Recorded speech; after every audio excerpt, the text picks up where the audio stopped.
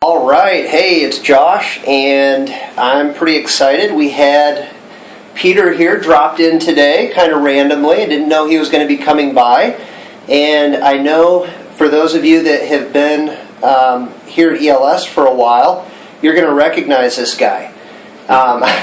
Peter and I actually taught here at ELS together. Peter, how long have you been retired now? 2 years. 2 years? 2 years. Okay.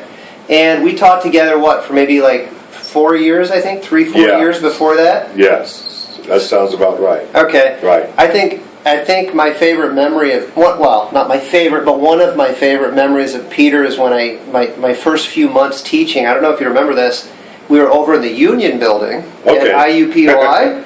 And I remember I was given my first reading and writing class. Mm-hmm. And I was kind of losing it a little bit because I had never done it before. Right. And I was nervous, and I came to you, and I said, "Man, how do you do that?" And I remember you sat down with me, and you actually showed me there was a teacher's manual. Okay. I had no idea that there was even a teacher's manual or some kind of lesson plan, and I know you took the time to show me that. Well, somebody had done the same thing with me. So, oh, really? Yes. So, no, it's one of those things where, it's a step-by-step process, and to get, thrown in, to use a word, into something like that without having the knowledge that there is an instructional manual can be really... It can be traumatic. Traumatic, exactly. Yeah. But so what I was able to do for you, someone had done for me. Cool. Okay. So, just tell our viewers, how long did you work for ELS? Well, I started working at ELS from 1997 after I graduated from Marion College, and I retired in 2014. So almost 17 years. Wow. And when you started teaching for ELS, where was ELS at that point? ELS was at Marion College at that time. From there we moved to IUPUI, and then from there at the present location. Okay. So how many students, have you ever thought about how many students you taught through the years? Oh, hundreds and hundreds and hundreds. I dare not say thousands, but multiple hundreds of students. Do you still see your students or keep in touch with them in any way, by any chance? I see them periodically in town, as far as on the internet, every once in a while. Okay. You mentioned to me when you came in today that you saw 3 of your former Saudi students. Right. They were working at a math science school on the south side of Indianapolis, finishing up their work, getting ready to head back to Saudi Arabia. I take it that they were close to graduation, and that was an instructional phase of their master's program that they were finishing up. And they looked well. They looked the same as they did when they were students here. Nice. So, speaking to most of the audience watching this are either people learning English or maybe even teachers interested in teaching English. Right. What was the most satisfying thing in your career about, teaching English? And would you encourage others to get into this field? Absolutely. I mean, it's a wonderful experience to be able to help someone who is fully prepared other than having English under their belt.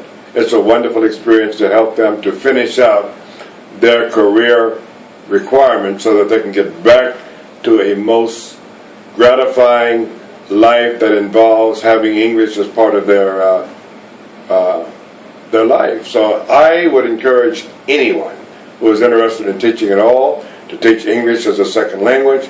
And the most gratifying part for me, to know that you have helped someone to grow in language from beginning conversation to being able to write papers acceptable at the college level. Excellent.